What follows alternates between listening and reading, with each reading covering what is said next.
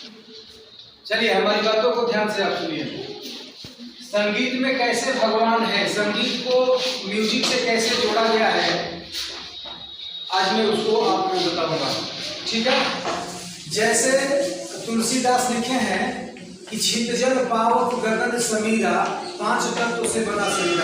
मतलब इस शरीर का निर्माण 5 तत्वों से हुआ है। ठीक है। छित मतलब धरती, गगन मतलब आकाश, अग्नि मतलब आग, नीर मतलब पानी। ठीक है। अब इसको हम जोड़ेंगे म्यूजिक से कैसे है, आप लोग ध्यान दीजिएगा। ये हो गया संगीत में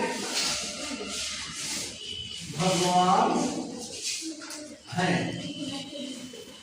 ठीक। अब ये इसको हम भगवान को संधि विच्छेद करेंगे। भ ग व अ न। समझ में आ रहा है। अब इसको हम देखेंगे। ये हो गया भूमि, ये हो गया गगन, ध्यान से सुनना। ये हो गया वायु, ये हो गया अग्नि, ये हो गया नीर। समझ में आ रहा है ना। हमने भगवान का संधि विच्छेद किया भ ग व अ न। ओके। तो ये भगवान का हमने रूप लिया भूमि, गगन, वायु, अग्नि, नीर। ओके। और एक हम लोग के धर्म, सनातन हिंदू धर्म में एक ओम शब्द आता है। ओम, शंकर भगवान का एक ओम शब्द आता है ना।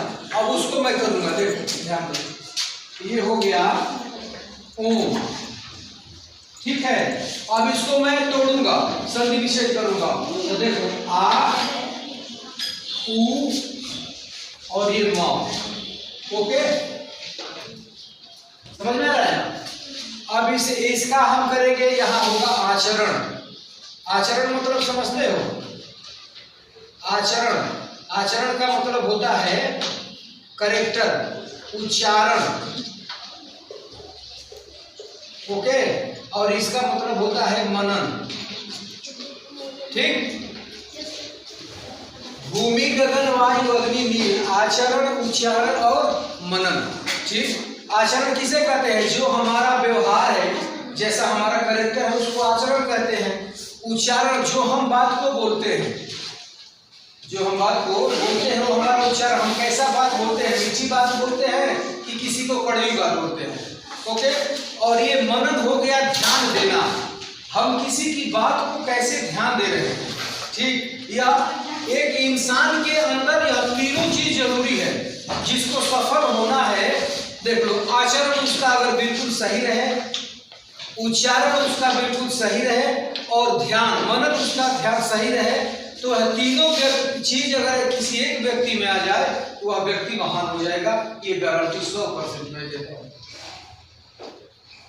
लेकिन ये तीनों में से कोई एक ना एक गड़बड़ हो जाता है, आचरण, उच्चारण और मनन।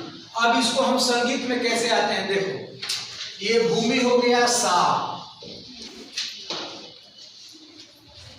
ये गगन हो गया रे, ये हो गया ग, अग्नि हो गया म, ये नीर हो गया प, ये आचरण हो गया ध और उच्चारण हो गया नी और मनन हो गया सा। सा रे ग म प ध नी सा। ठीक। अब देखो, अब इसमें इसको हमने मिला दिया, एकदम एक ही चीज को मिला दिया। इसको भगवान को, ओम को। ओम में क्या है, भगवान में क्या है, भूमि, गगन, वायु, अग्नि, नीर, यही हमारे लिए भगवान है ना। अगर सूर्य रोशनी नहीं देता तो हम कैसे जीना होते, धरती माता नहीं होती तो हम कैसे जीना होते, कैसे हमको अन्न मिलता, कैसे भोजन करते। तो भगवान मेरे लिए यही है। ठीक।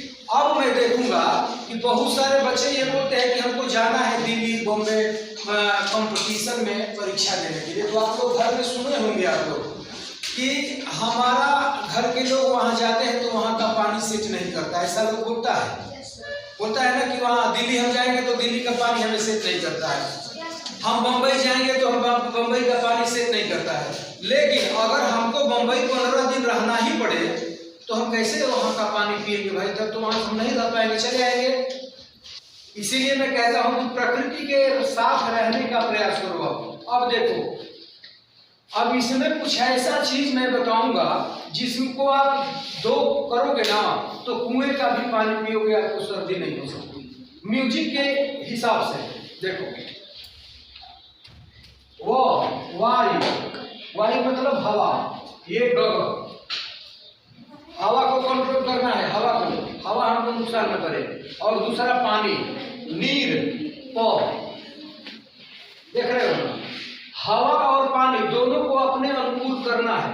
हवा और पानी, कहीं भी हम जाएंगे तो हमको दो ही चीज नुकसान करता है। बाहर कहीं भी जाएंगे, बाहर कंट्री में भी कहीं भी जाएंगे तो हमको दो चीज नुकसान करेगा, या तो हवा नहीं तो पानी। और इसी को म्यूजिक से हम कंट्रोल कर लेंगे।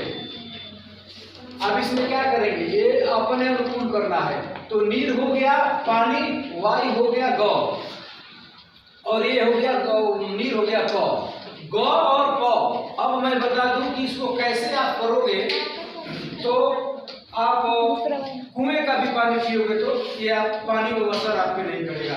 देखो इसका टाइमिंग है, ब्रह्म मुहूर्त में जो हारमोनियम से प्रैक्टिस करता है, जो बालक म्यूजिक सीखता है, तो उसको ब्रह्म मुहूर्त में 4 बजे बोला जाता है कि सरगम का अभ्यास करो।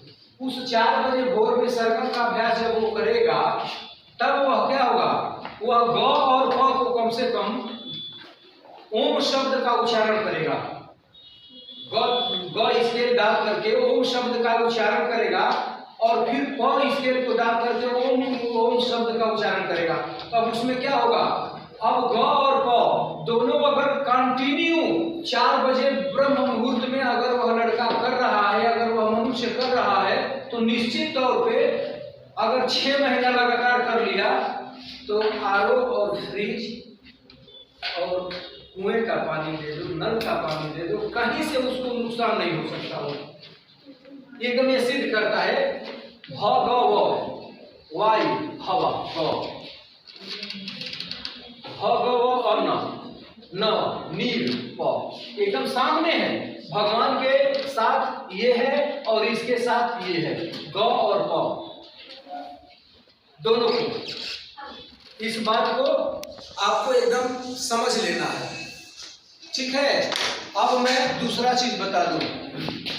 हाँ, एक चीज और मैं कहना चाहूंगा कि अगर मेरे वीडियो को सब्सक्राइब नहीं किया हो तो सब्सक्राइब कर लो, लाइक जरूर कर देना। अगर ये मेरी बात अच्छी लगी तो 2 मिनट और लेंगे।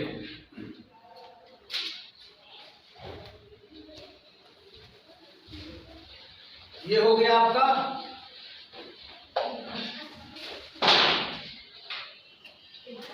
ये भद्रकता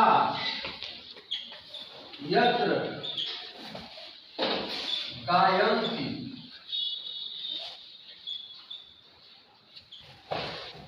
तत्र तिष्ठामि नारद।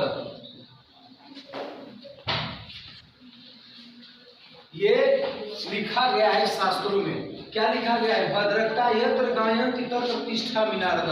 इसका मतलब ये होता है कि जहां सामूहिक रूप से, शास्त्र में लिखा गया, हमारे शास्त्र में, आपके शास्त्र में लिखा गया है कि जहां सामूहिक, भद्रकता यत्र, भद्रकता मतलब समूह, यत्र मतलब वहां, जहां समूह रूप से, गायन्ति तत्र मतलब वहां, तिष्ठामि नारद जहां भजन, जहां भगवान का भजन होता है सामूहिक रूप से, तत्र तिष्ठामि नारद। तिष्ठामि का मतलब होता है वास करना, नारद का मतलब होता है नारायण भगवान।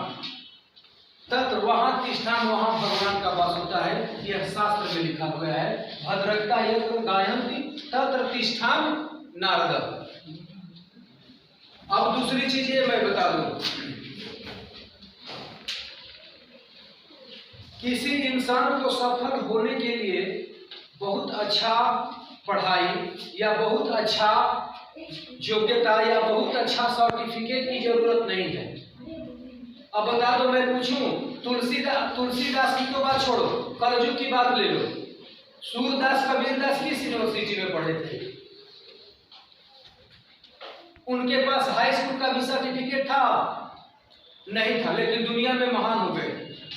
सूरदास तो अंधे थे, दोनों आंखें अंधे थे। कबीरदास का क्या हुआ? कबीरदास एक अक्षर पढ़े लिखे नहीं थे, उनको बाद में सिखाया गया कि ऐसे क बी र ऐसे करके लाइन मार देंगे ना तो ये आपका नाम लिखा जाएगा कबीर। और वह कबीरदास जी आज महान हो गए। किस यूनिवर्सिटी में पढ़े थे कबीरदास? सूरदास दोनों आंख से अंधे थे, कहाँ से पढ़ाई लिखाई होगा? लेकिन पूरा सुरावली ही लिख दिए वो। सूर्य के साहित्य पर लोग आज पीएचडी की डिग्री ले रहे हैं, सूर्य के साहित्य पर आज। तो आप इसको समझ लीजिए, गॉड इज इन म्यूजिक, संगीत में ही भगवान है।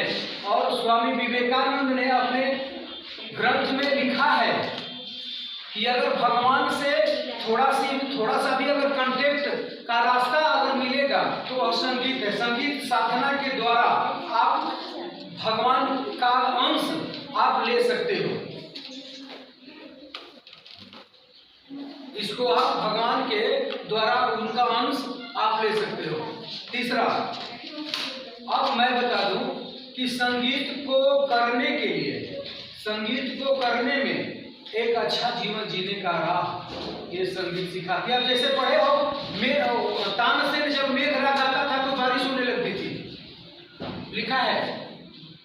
जब दीपक राग आता था तो वहां का वातावरण इतना गर्मशील हो जाता था कि वहां की ज्वलनशील पदार्थ अपने आप जल जाती थी। क्यों भाई? गॉड इज इन म्यूजिक, संगीत में तो कुछ भगवान है। अब मैं गाऊंगा बारिश होने लगेगी। तानसेन जब मेघराग आता था तो बारिश होने लगती थी। इस बात को ध्यान दो। और नहीं, पहला फर्स्ट काम तो आप अगर ब्रह्म मुहूर्त में उठ करके अगर आप ओम शब्द का उच्चारण करते हो तो एक तो ऐसे ही तपस्या हो गया, ओम भगवान शंकर का आराध्य कर रहे हो ब्रह्म मुहूर्त में, तो आपका जीवन असफल कैसे होगा? म्यूजिक के साथ साथ आपका जीवन भी उज्जवल होगा।